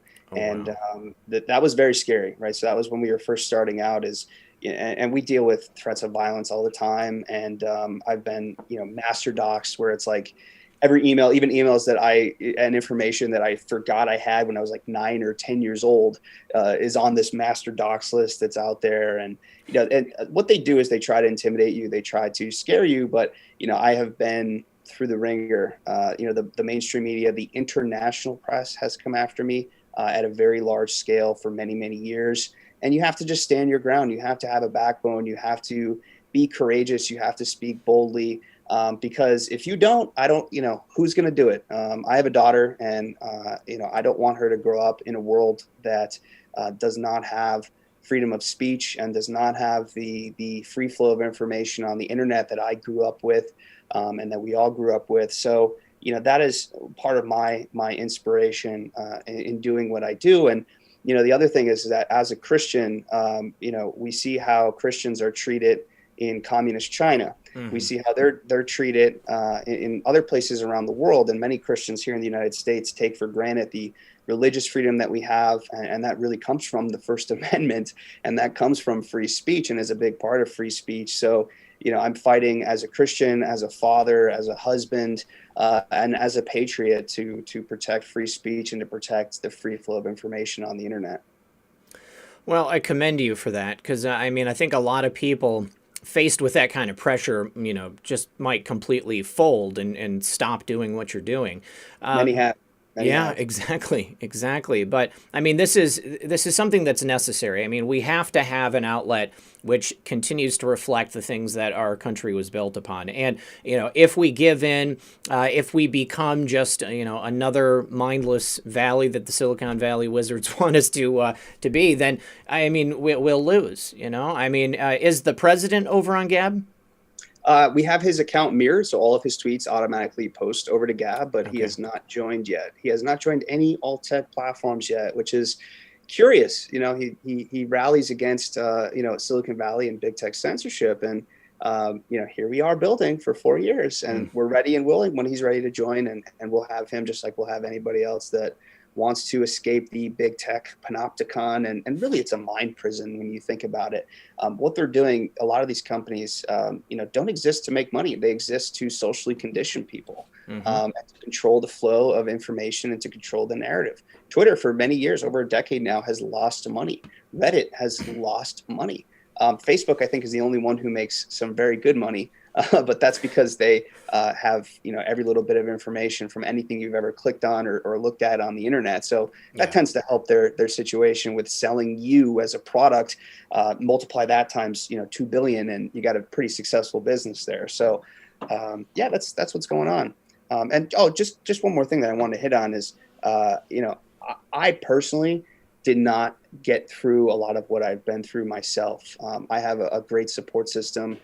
With my family, my wife, very close friends, people in the Gab community who have helped me get through this. But first and foremost, it's my faith. It's Jesus Christ. It's the Holy Spirit that has really given me the fortitude to keep building and to keep going forward with what we're doing here. Because I'm just a man, and this pressure, it's a lot. When you have the international press posting your wedding photo on the front page of a UK tabloid, and trying to paint you as a terrorist and trying to paint you as an extremist when you're just a Christian family man who wants to speak freely on the internet and get access to news and information that you can't get anywhere else. It's really troubling. And a lot of people, like you said, would fold and have folded. And if it wasn't for the support system that I have of people in the Gab community, my family, my friends, and of course God, then I wouldn't be here still, for sure. Awesome, man. I love to hear that. Now, I've also seen many people in the chat saying that they just signed up for Gab. So if you had a user count before we started, and then you can check it afterwards, I would love to know how many people came in there. But definitely, guys, you can follow Andrew at A. It's just A, and then I'm of course at RedPill78, and then methods are your methods M3 Thons. No, yeah. Did I make it at methods? Yeah, I made it at methods. I think you did. Yeah. At methods. Yeah. So, what do you do to make it easier for people to come and get into the Gab community? Like some certain social networks will, allow you to migrate information or, maybe link posts. You said mirroring the president's tweets. Yeah. So one of the things that we've worked on over the past quarter is the onboarding experience. So the folks who are signing up right now are going to be going through this. So when you first sign up, you go through the basics of uploading your profile picture, setting your bio, etc. But then the next step is joining some groups. And that's really how you have success on Gab is joining groups, because you don't need to know anybody. You don't need to follow any celebrities or any, big mainstream names or whatever. You don't need to have any friends or family there. You're connecting with other people around, shared interests. So one of my favorite groups is the classic cars group, and people post a bunch of old classic cars in there. There's the QAnon group, which Neon Revolt leads up, is one of the bigger groups on Gab. So people connect around their interests. And, that tends to be the most successful way for them to get started and to connect with other people who share their values and share their interests. So that's one of the things that we've worked really hard on. And then we also have a way to get the app on your phone because we're banned from both app stores. But a lot of people don't know this. The mobile web has come a long way over the past 4 or 5 years. So now you can actually add a web page to your home screen, and it looks like an app icon. It opens up fully on your screen and looks and feels and performs just like an app. So that's another thing that we've been trying to educate people on, to get the Gab icon and get the Gab app on their phone without having to go through the gatekeepers of Apple and Google. Any app that is on the App Store is beholden to Apple and Google. We see this even with Telegram.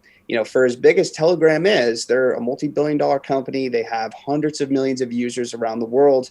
And, we have their CEO penning blog posts saying that Apple has their thumb over us. They're telling us to censor certain channels that don't break our guidelines, but break Apple's guidelines. And then, oh, by the way, we're not even allowed to tell the user that it's Apple doing this and not Telegram. So, I just want to express that if you're on the app stores, you are beholden to Apple and Google's rules. So whether you have a hate speech clause or not, I don't believe Telegram does. You have to enforce Apple's hate speech clause and objectionable content clause on your app, or else they're going to pull your app from the App Store like they did with us, because we refuse to do it. And it's mind-boggling to think about that. I mean, Telegram is an interpersonal communication app. I mean, you're having conversations, private conversations, or you have a group, with a group text message. To think that they could manipulate what content you could post in a messaging app is just, it's crazy to think about. It's not even a social network, right? I get what you're saying. It's like a messaging app. It's like sending an email. It's a private form of communication, and they even want to control that. And that should be very telling to people watching and to people listening, is that they want to control every corner of the internet, every aspect of the internet, even your private conversations, every link that you're seeing, every news story that you're seeing and sharing and talking about. They want total and complete control over it. And they're going to do whatever it takes to get that control, including, coming after me personally, coming after my family personally, booting us off of 25, 30 different infrastructure and internet service providers and app stores and banks and payment processors. They have tried everything to take us down, and we're still here. We're still standing. And actually, going through all of that has actually made us much more stronger.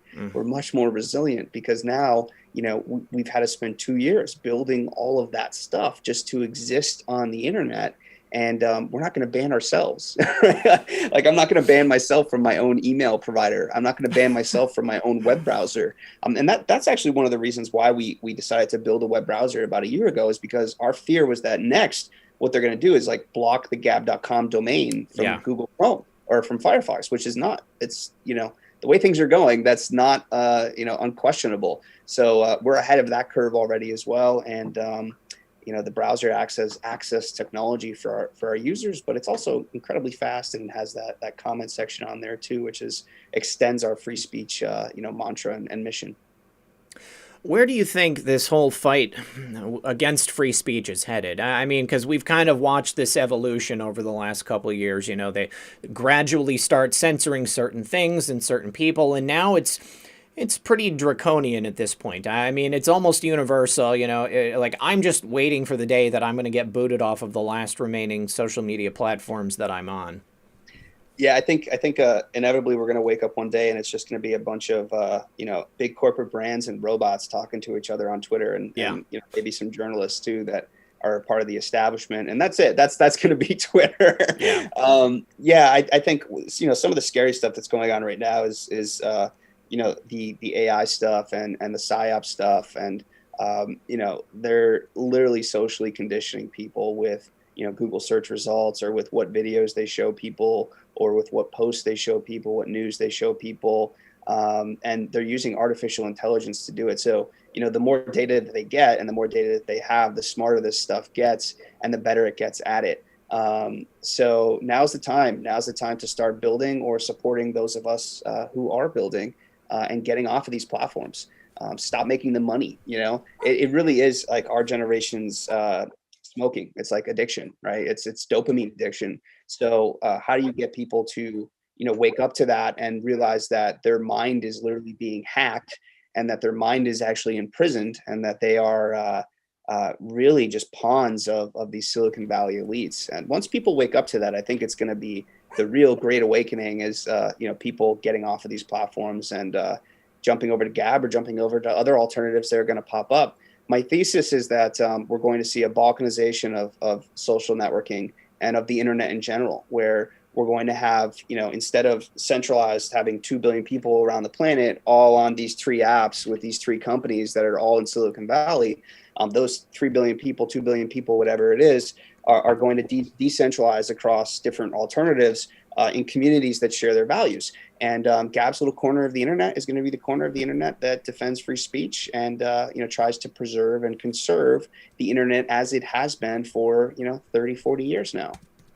I'm dropping Neon's Great Awakening group here in the chat. So if you guys have joined Gab or you're already on Gab and you want to go ahead and see about getting in that group, then definitely go ahead and check it out. Neon actually was telling me that both Google and Yahoo block Gab emails. Is that content from Gab in the emails? No, it's confirmation emails. So there could be some people who are signing up right now that have a Yahoo email and are waiting for our confirmation email to come in so they can activate their account. And Yahoo will not allow that. It won't go to spam. It won't go anywhere. They just won't get it. So if that's happening to anybody, if you have not received the confirmation email, just shoot an email to our support staff, support@gab.com, and we can help get your account set up and confirmed. But I mean, it's little things like that they just do every little thing possible to try and stop us, to try and stop our growth, hinder our growth, make it more complicated for users. You name it. The app stores was a big blow. The hosting providers was an even bigger blow. Payment processors, real big blow. Yeah. So they've come after us in many ways, but we're still standing. We're still growing. They can't stop the inevitable, which is people are, they want to speak freely.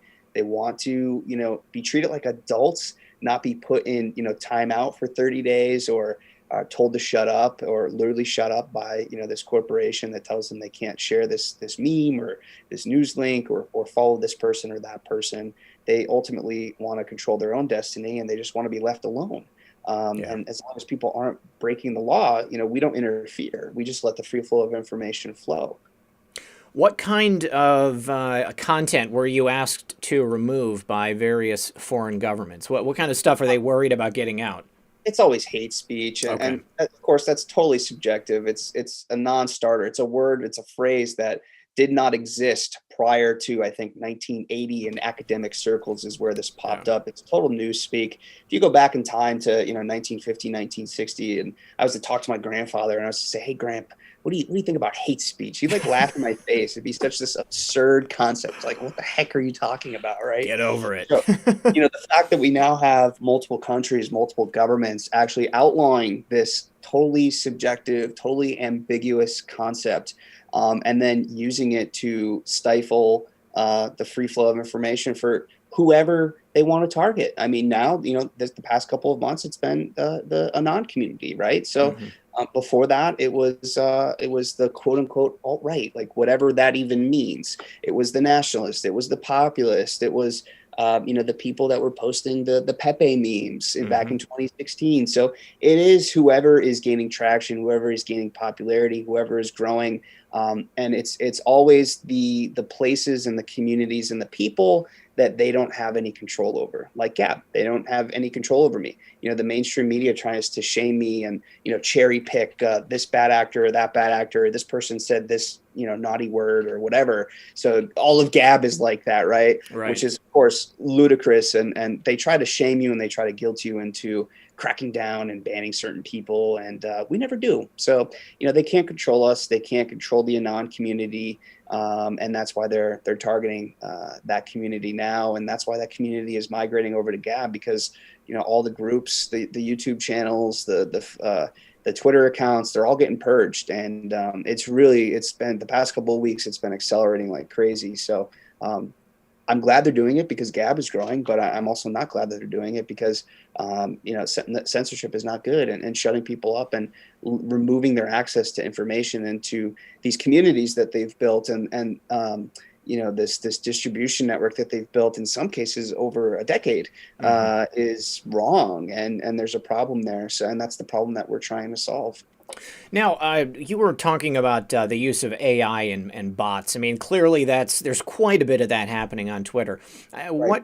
Do you have that same kind of problem over there Oh on yeah. Gab? I mean, Yeah. No. We've dealt with bots for a very long time, but the difference is that we've been very open about it, and we've from day one built out counter systems to prevent that stuff. So our community again is our biggest asset, and as they're surfing around Gab and they come across what is very obviously a spam bot account or a porn bot account or whatever, they report it, and then our moderators take action on it right away.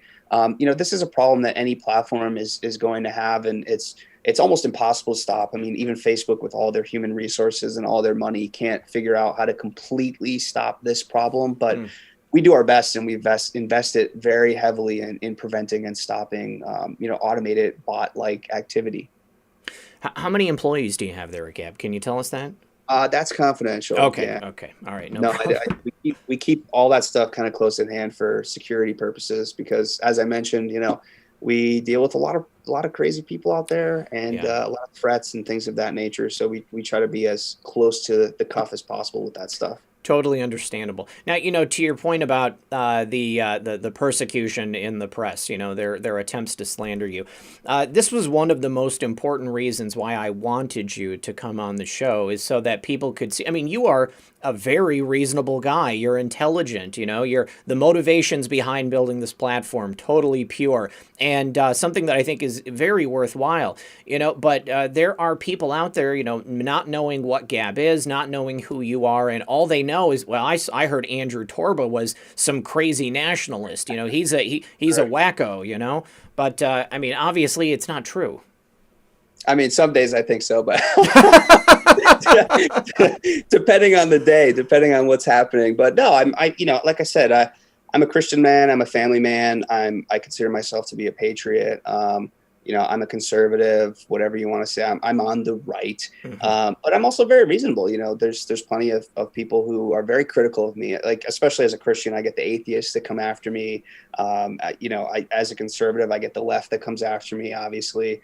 But those people are allowed on Gab. It's it's not like I'm going around banning them for doing that. Sure. I, like everybody else, I have a block button or I have a mute button, and I use it, and that's fine. They can stay on Gab. I'm not going to ban them for disagreeing with me or for being critical of me. That's what free speech is all about, and that is actually the speech that is worth protecting, is the people who don't agree with me. And a lot of the times I actually enjoy those people because they challenge my thinking, and they help me think about things in different ways. So it's important to use the block button sparingly. Like, you don't want to shut people out completely, because those people help you learn and they help you grow and they challenge your thinking. So it's important to have that, and to have different people with different ideas. That's what Gab's all about. Yeah, I totally agree with you there. I haven't blocked anybody on Gab, and I only even just recently started blocking anybody on Twitter, and it's because of the coordinated, efforts to take down as many accounts like ours as possible. Now, somebody in the chat asked if you are selling those Make Speech Free Again hats. We are, yes. It's actually one of our most popular items, and I think we maybe have 50 left. I'm looking over in the corner of the office here. It's on shop.dissenter.com if you want to buy one. I'm going to go ahead and try to bring it up so that I can drop it into the chat. And here we go, guys. If you are interested, then why don't we help Andrew sell out of those hats tonight? We'll get that all taken care of. They'll be gone with this chat. Awesome. So, what kind of a timeline are we looking at for the next evolution of Gab? So next week, stretched week and a half, Gab TV, which is our YouTube alternative, that will be going live. And then, shortly after that, we're moving right after that. Actually, the next big agenda item is we're moving our infrastructure, migrating our infrastructure. This is, pretty boring stuff to most normal people, but the back end infrastructure is what allows Gab to, go faster and perform, like you would expect performance on a Twitter or a Facebook. Basically, to sum it down, to kind of dumb it down for everybody, because it's a very boring topic. We're taking our backend infrastructure over the next 4 to 6 weeks and upgrading it, to a whole new code base, really rewriting it from scratch, and that'll make Gab much faster and perform much better, and deal with the tremendous growth that we've been seeing over the past couple of weeks, and I expect to continue to see. And our Gab TV alternative is already on this new infrastructure. So that is good to go. That can scale to the moon tomorrow, and we won't have any problems. All of our other various products like Dissenter, Gab Trends, those are all built on this infrastructure already. We just got to port the Gab Social over to that, and then it'll all be unified. And then we have Gab Market, which is a Craigslist / Facebook marketplace alternative. We just got to bake that into Gab Social.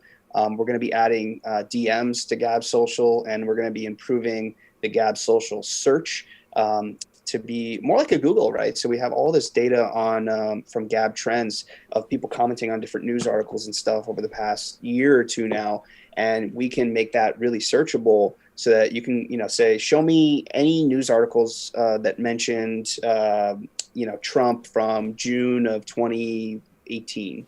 And you could pull up all the news articles from that time, because that's what Google's doing now, is they're really destroying history. So you try to find that stuff from a year ago, 2 years ago, 5 years ago, forget it. They're scrubbing a lot of internet history and a lot of news history. And a lot of people don't know that this is happening, but it is. So it's important to archive that stuff, and it's important to, make it more accessible, which is one of our big initiatives going forward, is really improve Gab search. Add this Gab Market, Gab TV, again, building the Silicon Valley alternative, and providing a great product and building a great community of patriots from around the world. That's what our agenda is. That was actually the next question that I wanted to ask, because if you were able to build an alternative to Google, because even DuckDuckGo is starting to feel like it's comped, Yep. I mean, it does not feel organic, and it's become very difficult to do any research. You can only find the material that they want you to find. And if you're seeking anything out, I mean, it's nearly impossible now. So that would be the absolute best killer app that you could make. Yes. So we have to get on this new infrastructure first, because a lot of people don't realize this. Search, it's a lot of stress on the database, because you're searching, terabytes of data, right? Yeah. So we want to get on this new infrastructure first, and then we're going to move to search, and DMs is one of the only things that we're really missing is DMs. So, those are the two big initiatives for the end of this year.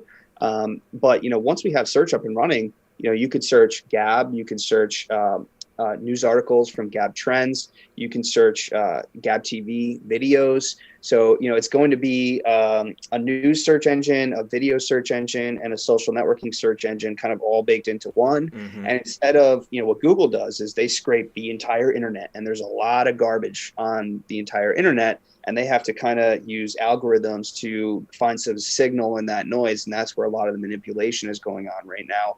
What ours is going to do is basically a people-powered algorithm. So our users, as they're surfing the web and leaving comments and ranking news articles and stuff, they are powering the search results, because they're telling the search engine, this article got this much engagement, this many comments, this many likes or dislikes, whatever. So we have a human input and a human element to the algorithm, which is what Google tried to do with Google Plus, but epically failed, because no one used it.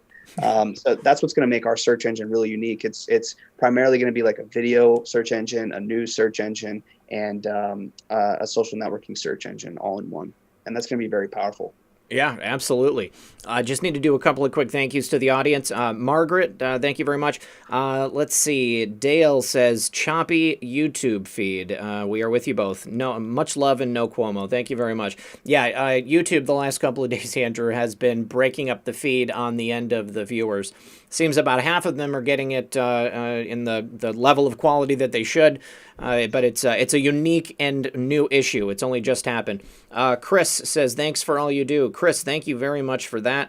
Also to Susanna, appreciate you, Susanna, and thank you to everybody who has donated tonight. I appreciate you guys, and it looks like I got one more.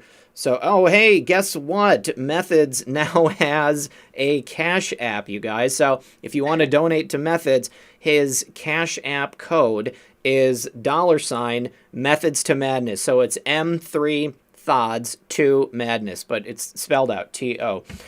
All right, so with the election coming up, and the clear censorship that's happening, all of these people being deleted, is there any danger of Gab being overloaded because of how many new users are coming over there?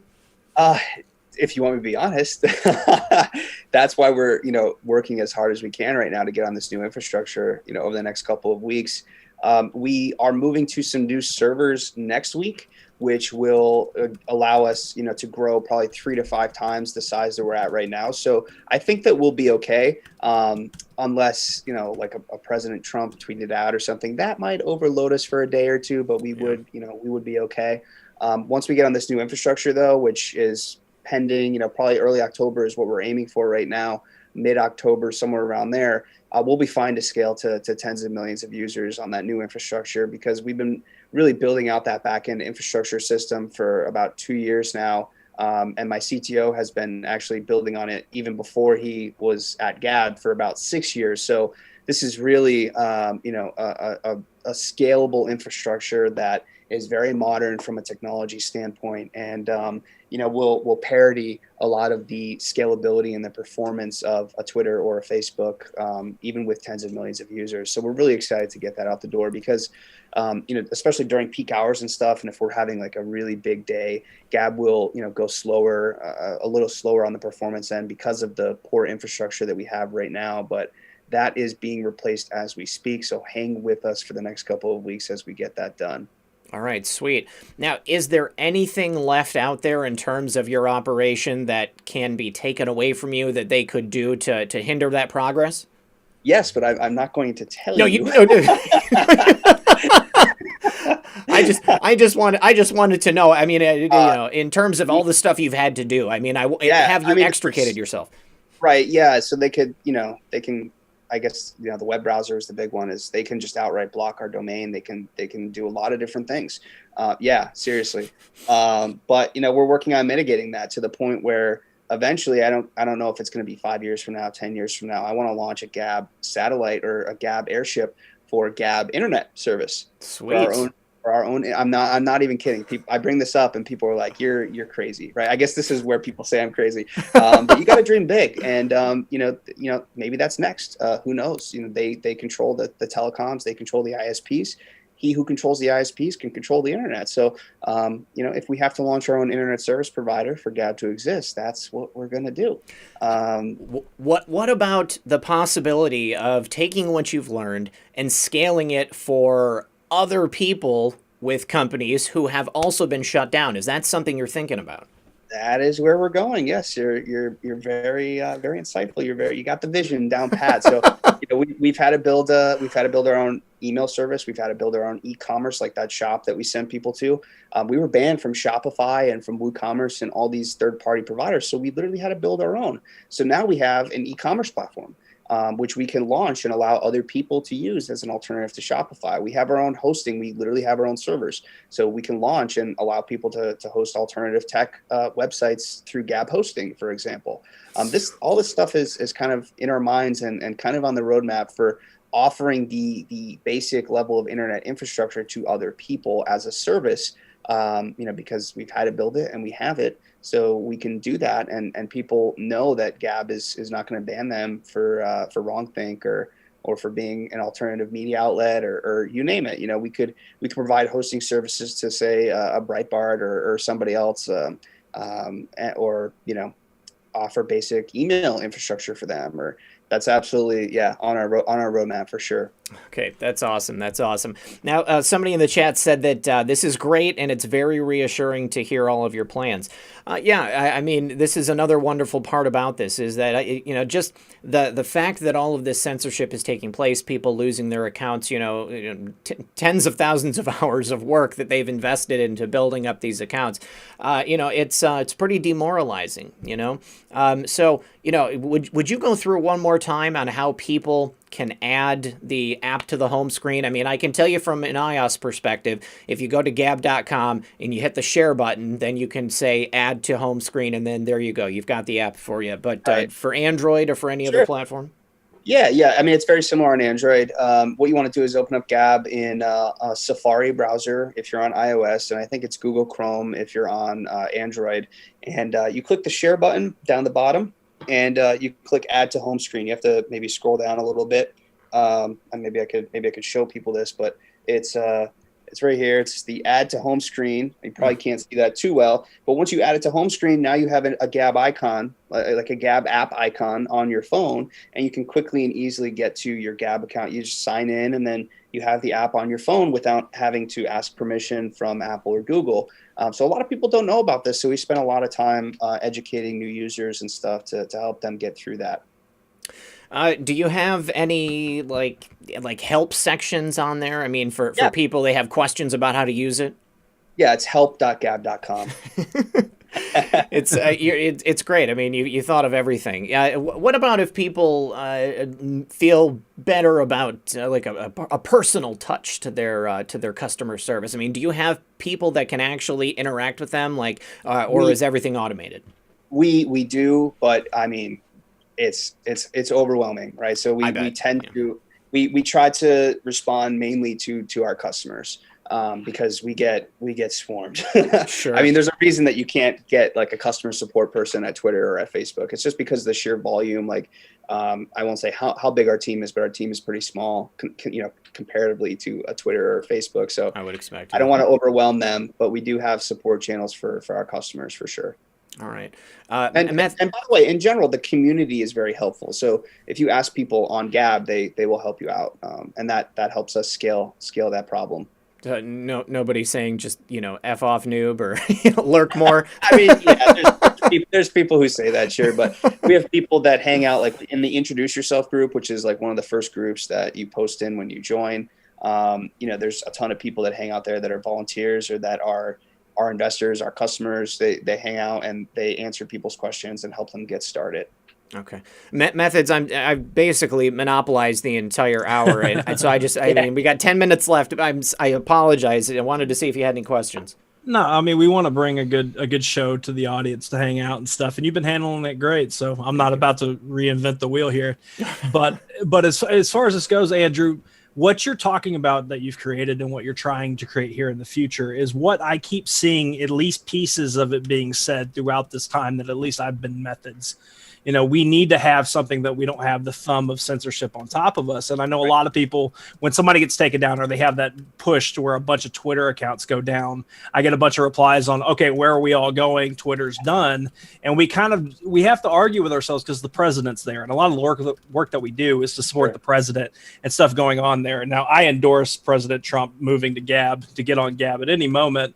That would definitely be a death blow to Twitter. But we are balancing that. But I will say this to the audience, that if we didn't need to be at Twitter, especially if I didn't have to be at Twitter doing the work that I'm doing, especially with this election coming up, I would be working on Gab and building up things over there. And I'm not just saying that because he's our guest.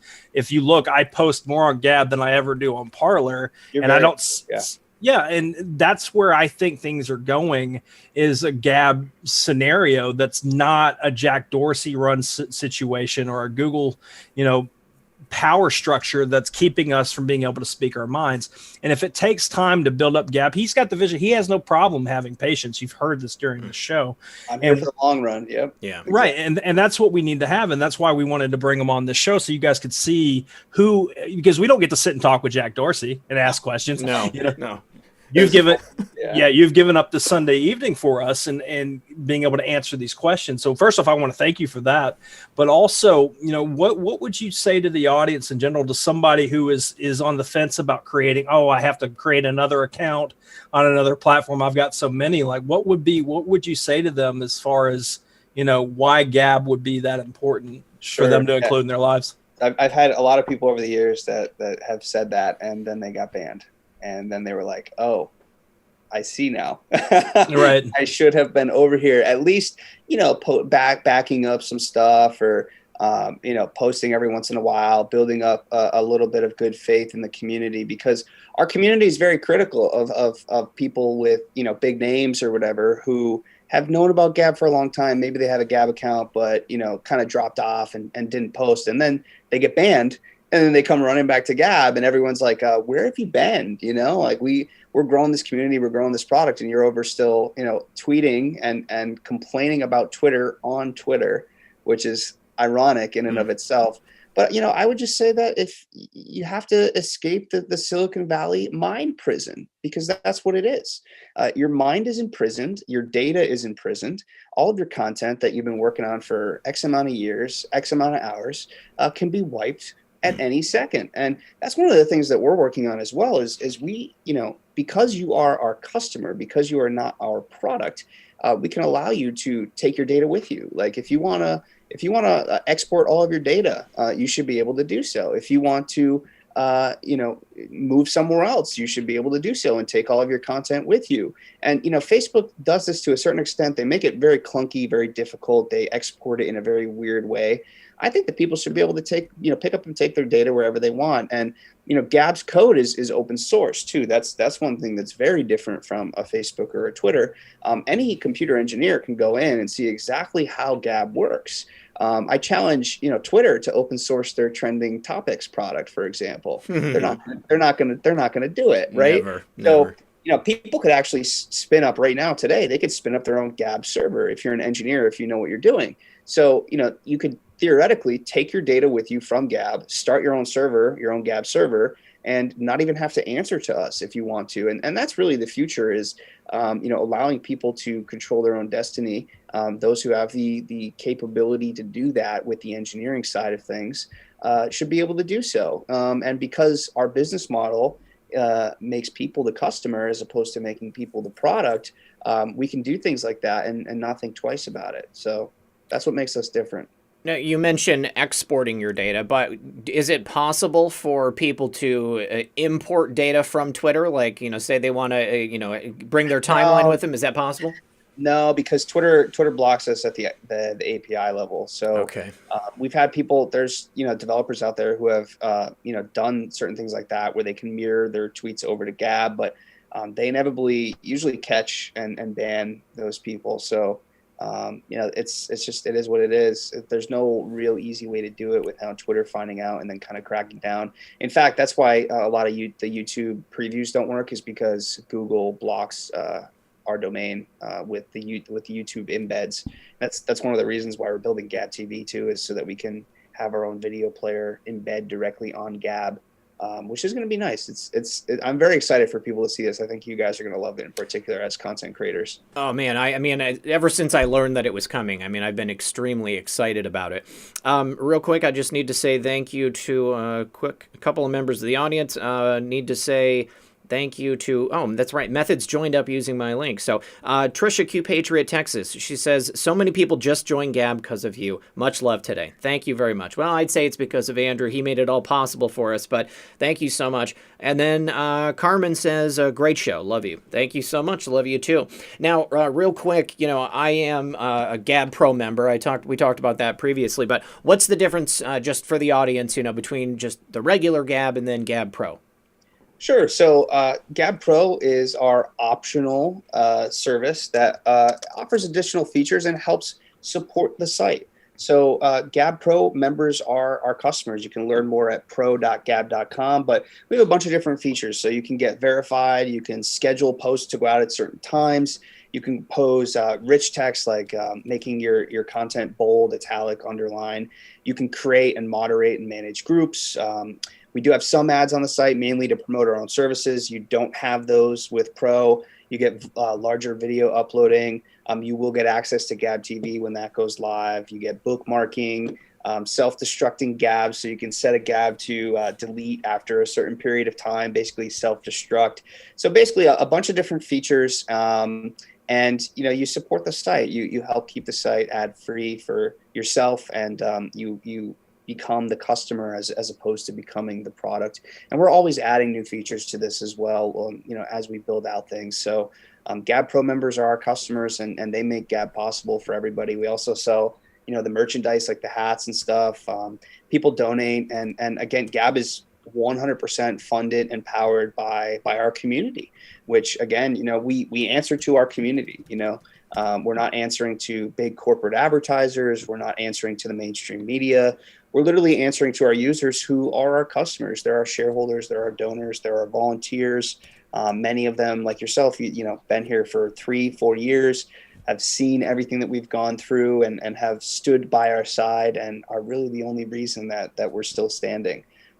Because we don't have credit card processing, the only ways that you can actually upgrade to Pro are with e-check, which is really, similar to entering in your credit card. Mm-hmm. It's a very easy process. And check by mail, where people are literally writing us physical checks and mailing them to our PO box, and people do it, and we're very thankful for that. And then Bitcoin, and that's the only way that you can actually pay us right now, because we've been totally blacklisted by banks. Visa has personally not only blacklisted me, but blacklisted my family. So when you're basically put on this blacklist, your address is flagged, your name is flagged, any prior addresses that you have used are flagged. So like if my wife, for example, wanted to get a merchant processing account through Visa and used my same address, that address is now flagged. So she wouldn't be able to get a merchant account. So, they've come after me, they've come after my family, they've come after our business.